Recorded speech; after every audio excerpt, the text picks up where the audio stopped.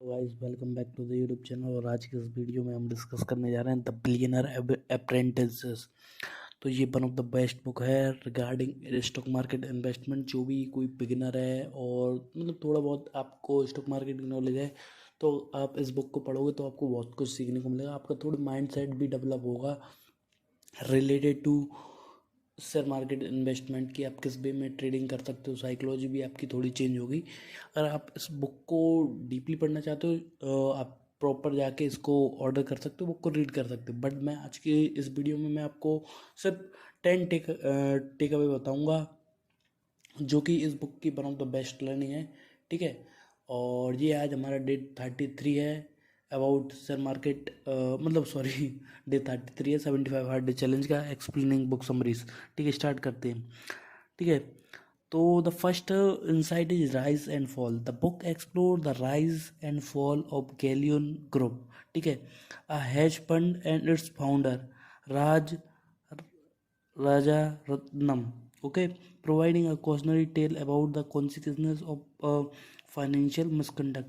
ठीक है, ये इसमें एक गैलियन ग्रुप था, उसका हेज फंड था जो कैसे ऊपर गया, कैसे नीचे गया, कैसे वो राइज किया था, कैसे फेल हुआ, उसके फेल होने के क्या क्या क्या कारण थे, वो सारी चीज़ें इसमें आपको डीपली में बताई। Second, insider trading scandal. ठीक है, इनसाइडर ट्रेडिंग स्कैंडल किस तरीके से होते हैं आप इस बुक में अगर आप जाओगे तो वैसे आपने बहुत सारे देखे होंगे। जैसे कि कोई पर्टिकुलर कंपनी रहती है, अगर कोई इनसाइडर इन्फॉर्मेशन मिल जाती है तो उस पर बेसिस पर ट्रेडिंग करते हैं तो बहुत सारा रुपए कमाते हैं और बहुत सारे लोग इसको करते हैं। और वो कौन लोग करते हैं? जिनके पास बहुत ज़्यादा पैसा है। ठीक है, the biggest groups of means who are having 25,000 crore rupees are doing that. They are the bunch group of pupils who are handling insider information and doing that, and they do in every stocks. हमको लगता है कि insider trading अभी बंद हो चुकी है but वो होती है। ठीक है, central to the narrative is the insider trading scandal that lead to legal consequences for। ठीक है, next the third, network and connection. ठीक है, the story emphasise importance of networking and connection in the finance industry, showcasing how relationship can shape career and impact financial decision. ठीक है, देखो networking, देखो अगर आप फाइनेंशियल फील्ड में कुछ अपना अच्छा करियर बिल्ड करना चाहते हो तो या तो आप खुद के लिए करना चाहते हो, ठीक है, या फिर आप ऐसा एडवाइज़र दूसरे लोगों के लिए काम करना चाहते हो ना, तो प्रॉपर आपकी नेटवर्क रहेगा ना, आपका प्रॉपर कनेक्शन फॉर्म होंगे तो आप अच्छे बेसिस पे उसको बहुत बढ़िया लेवल पे उसको ले जा सकते हो। और आपके नेटवर्क के रिगार्डिंग आप एक अच्छी वेल्थ क्रिएट कर सकते हो, आपके अच्छे क्लाइंट होंगे। ठीक है, उसके regarding. Fourth, regulatory oversight. The book develops into the role of regulatory bodies in uncovering financial wrongdoing and maintaining the integrity of the financial market।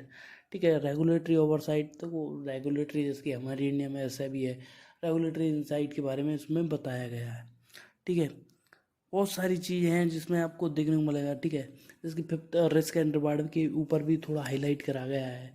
क्योंकि देखो ज़्यादातर लोग क्या रहते हैं कि रिस्क रहता है ना, रिस्क तो वो ले लेते हैं। ठीक है, रिस्क पे वो अपनी जो भी कैपिटल है उस पर वो ट्रेड भी करते हैं। ठीक है, बट जब प्रॉफिट की बात आती है ना, रिवार्ड की, तो वो मतलब छोटा सा अमाउंट भी हो जाए 2,000 5,000 तो उसको लेके निकलने में विश्वास रखते हैं। तो इस कारण से ज़्यादातर ट्रेडर ज़्यादा बड़ा पैसा नहीं निकाल पाते। ठीक है, लीगल वाटल।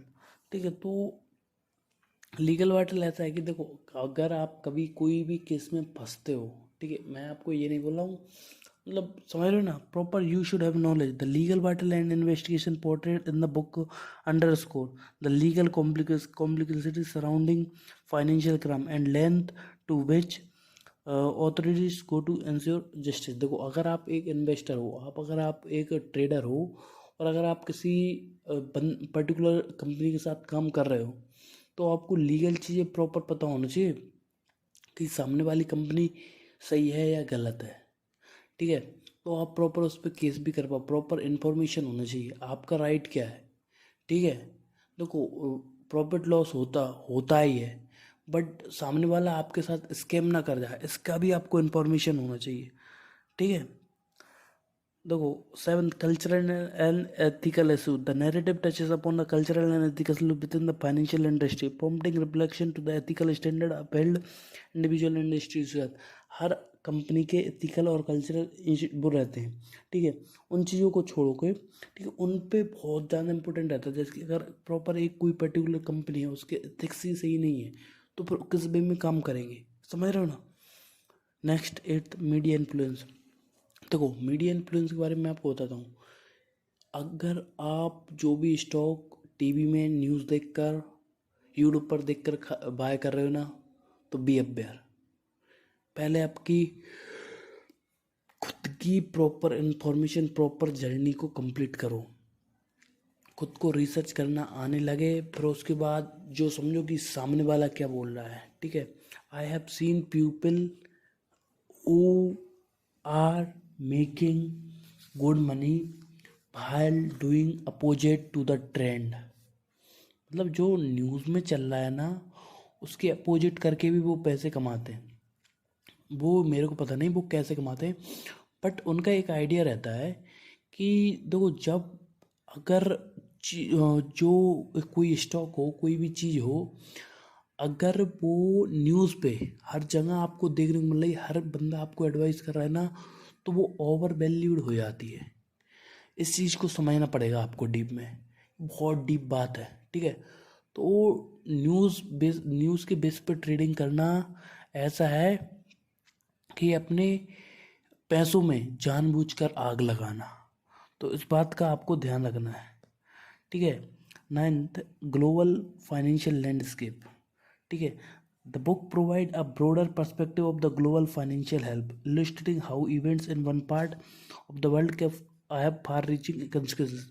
देखो, ग्लोबल बेसिस पे जो भी कुछ होता है, अगर कोई वॉर हो रहा है, अगर कोई युद्ध हो रहा है, या फिर कोई बड़ी चीज़ हो रही है, जिससे कि बहुत सारे बड़ी, जैसे कि अमेरिका, यूएस, रसिया, ठीक है, बहुत सारी कंट्रीज अगर कुछ बड़ा कर रही हैं, या पर कहीं पे भी वॉर चल रहा है, तो पूरा जो भी विश्व का है ना, सारी की सारी चीज़ें इफ़ेक्ट होती हैं, ठीक है। और वो उस वे में इफ़ेक्ट होती हैं कि अगर ग्लोबल लेवल में कुछ हुआ है ना, जैसे कि कोई वॉर चल रही, तो मार्केट गिरेगा, गिरेगा, पक्के में गिरेगा। भले ही 2 दिन, 3 दिन, 4 दिन, 4 दिन रुक के गिरेगा, बट गिरेगा पक्के में।